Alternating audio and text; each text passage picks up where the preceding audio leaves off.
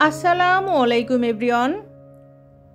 সবাইকে বৃষ্টি ভেজা সকালের শুভেচ্ছা। কেমন আছেন সবাই? আশা করি সবাই ভালো আছেন। আমিও আছি আলহামদুলিল্লাহ ভালো। নতুন দিনের নতুন আরও একটা ব্লগ ভিডিওতে যশোরের মেয়ে হেনা চ্যানেল থেকে আমি হেনা আপনাদেরকে ওয়েলকাম করছি। আজকে সকালটা শুরু হয়েছে প্রচুর বৃষ্টি দিয়ে। কার কার এলাকায় এভাবে সকালে মুষলধারায় বৃষ্টি হয়েছে? সকালে ঘুম ভেঙেছে আজকে বৃষ্টির আওয়াজে। ঘুম থেকে উঠেই দেখি প্রচুর বৃষ্টি হচ্ছে। আর দেখেন বৃষ্টির পরবর্তী অবস্থাগুলো। গাছের ফুলগুলো সকাল সকাল গোছল করে তার কিন্তু সৌন্দর্য ছড়িয়ে দিয়েছে আমাদেরকে উপভোগ করার জন্য। বৃষ্টির পরপরই না ঠান্ডা পরিবেশ, এরকম গাছের পাতায় পানি জমে আছে, আমার কাছে যে কি ভালো লাগে। আমি আর সেই সৌন্দর্যটা ক্যামেরা বন্দি না করে থাকতে পারলাম না। দেখেন ফুলগুলোর কালার মনে হচ্ছে আরও সাদা হয়ে গিয়েছে। সকাল সকালে বেলকনিতে এসে এরকম বৃষ্টি, ফুল, ভেজা ভেজা একটা পরিবেশ, মনটাই ভালো হয়ে গিয়েছিল। আর আমি কিন্তু দেখেন খুব সুন্দর একটা বেলি ফুল ছিঁড়ে নিয়েছি। বেলি ফুল আমার খুবই পছন্দ, আর এটার যে ঘ্রাণ একদম মনটাই পাগল করে দেয়। বৃষ্টি যেমন হয়েছে সঙ্গে সঙ্গে কিন্তু রোদও উঠে গিয়েছে। আর আমি রোদ দেখে আমার ভিতরের যে গাছগুলো আমি লাগিয়েছিলাম সেগুলো কিন্তু বাহিরে বের করে দিয়েছি। আর এই তো সব কিছু মিলিয়ে খুবই কিন্তু ভালো লাগছিল। ফুল যেহেতু গাছ থেকে ছিঁড়েছি, সকাল সকাল মাথায় পড়বো না সেটা কি হয়? ফুল আমার খোপায় পড়তে খুবই ভালো লাগে। আর এই তো দেখেন আমি একটু সকাল সকালে নিজে নিজেই সেজে নিয়েছি। আমার কাছে না অনেক হাসি পাচ্ছিল। পছন্দের জিনিস এই যে আমি একটু মাথায় দিয়ে ক্যামেরা বন্দি করে রেখেছি, এটাই কিন্তু আমার সব থেকে বড় পাওয়া। আবার যখন মন চাইবে আমি এই ভিডিও ক্লিপটা দেখতে পাবো, কিন্তু ওই ফুলটা তো আর থাকবে না। যাই হোক, সকালে কিন্তু খুব সুন্দর একটা সময় কাটিয়ে এখন নাস্তা করার জন্য চলে এসেছি। আজকে নাস্তায় রুটি ভেজে নিয়েছি, আর কালকে যে আমি শসা দিয়ে সবজি রান্না করেছিলাম সেটা দিয়েই কিন্তু খেয়ে নিব। ঠান্ডার ভিতরে কিছুই করতে ইচ্ছা করছিল না, আর এই তরকারিটা দিয়ে রুটি খেতে খুব ভালো লেগেছিল। একদম ফুলকো ফুলকো রুটি। যতই দিন যাচ্ছে ততই কিন্তু আমরা আস্তে আস্তে সেই পুরনো স্মৃতিগুলোকে একটা ঘরের ভিতরে বন্দি করে নিচ্ছি। আপনি এখন থেকে 5 বছর পিছে যান, তখন আপনি কয়টা বাসায় এত গাছ দেখেছেন, এত শৌখিনতা দেখেছেন। আগে একটা সময় ছিল যখন আমাদের স্কুল বন্ধ হতো ছোটবেলায়, আমরা সবাই প্ল্যান করতাম যে নানু বাড়ি অথবা দাদু বাড়ি বেড়ানোর জন্য যাব। কিন্তু এখন কি হয় জানেন?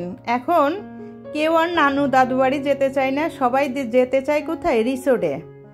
সেখানে গেলে খোলামেলা পরিবেশ, টিনের ঘর, বারান্দায় বসে খাবার, মাটির পেয়ালা, এই সব কিছুই কিন্তু অনেক আগেই ছিল। এখন সেগুলো যেহেতু নাই, তবে ওই যে জিনিসগুলো আমরা মাঝে মাঝে শৌখিনতার কারণেই ব্যবহার করে থাকি। আর এই কথাগুলো কেন বললাম? এই যে মাটির বুলগুলো দেখছেন, বা আমরা যেটাকে গ্রামের ভাষায় বলি হচ্ছে মালসা, এই যে মাটির যে মালসাগুলো দেখছেন এগুলো কিন্তু একটাও আমার কিনা না। এখানে আজকে যতগুলো মালসা দেখবেন সবগুলোই হচ্ছে আমার নিজের তৈরি করা। আর নিজের তৈরি করা এই কারণেই বললাম, আমরা কিন্তু সব কিছু রিসাইকেল করে ব্যবহার করতে ভালোবাসি। অনেকের কাছে অনেক কিছু ভালো লাগে, আমার কাছে না এই মাটির জিনিস খুব ভালো লাগে। আর আপনারা আমার প্রায় ভিডিওতে দেখবেন আমি রান্নার কাজে সবসময় এই মাটির পাংশাগুলো ব্যবহার করে থাকি। আর এগুলো সব হচ্ছে আমার হালিম থেকে খাওয়ার পরে নেওয়া, দই খাওয়ার পরে নেওয়া।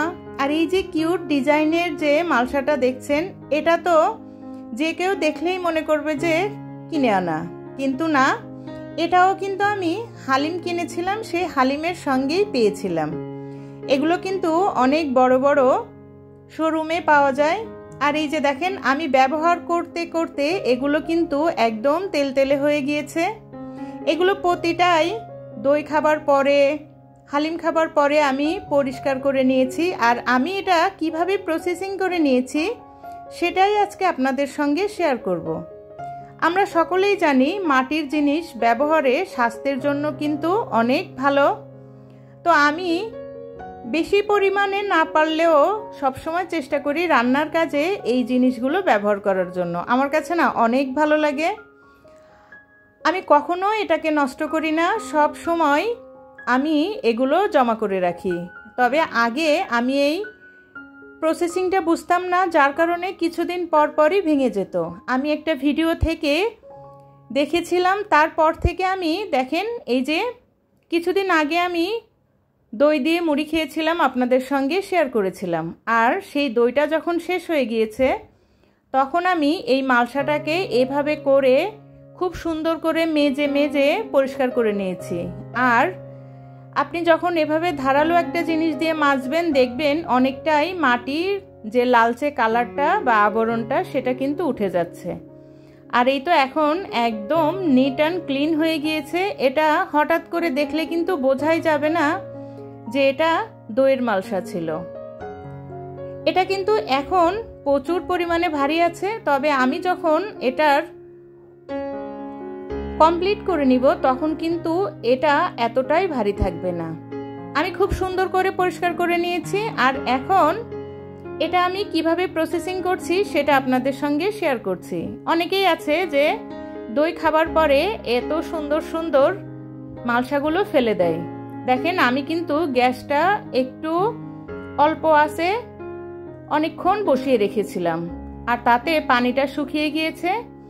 এখন একটু সয়াবিন তেল দিয়ে দিয়েছি, যেটা আমরা রান্নাতে ব্যবহার করি।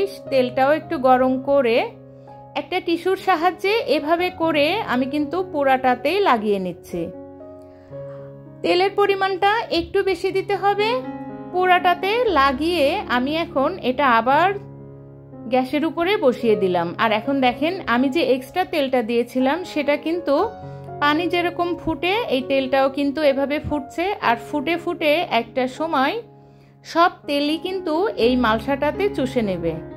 আর তার পরবর্তীতে আপনি যত খুশি ব্যবহার করবেন দেখবেন এটা ভাঙবেও না আর কিছু হবে না। আপনি যত ব্যবহার করবেন এটা কিন্তু তত তেলতেলে হবে এবং পাতলা হয়ে যাবে।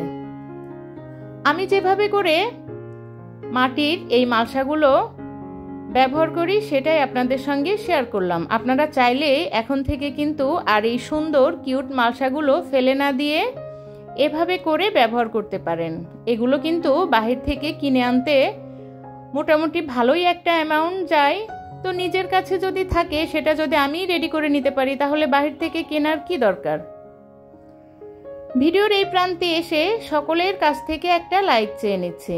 যারা আমার ভিডিওটা ক্লিক করেছেন লাইক দিতে ভুলে গিয়েছেন, প্লিজ একটা লাইক দিয়ে আমার ভিডিওটা কন্টিনিউ করবেন।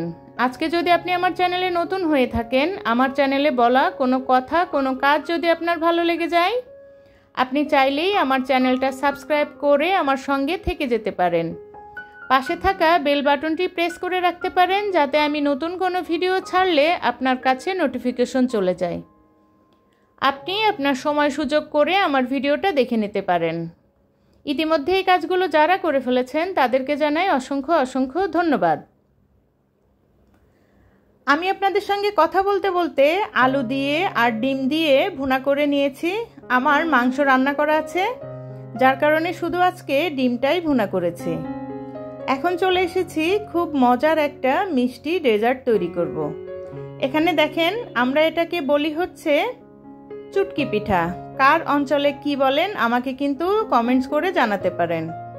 আমি আজকে খেজুরের পাটালি দিয়ে এই সেমাইটা রান্না করব। আর এর জন্য আমি বাদাম, কিশমিশ, এলাচ যা যা প্রয়োজন সব কিছু নিয়ে নিয়েছি।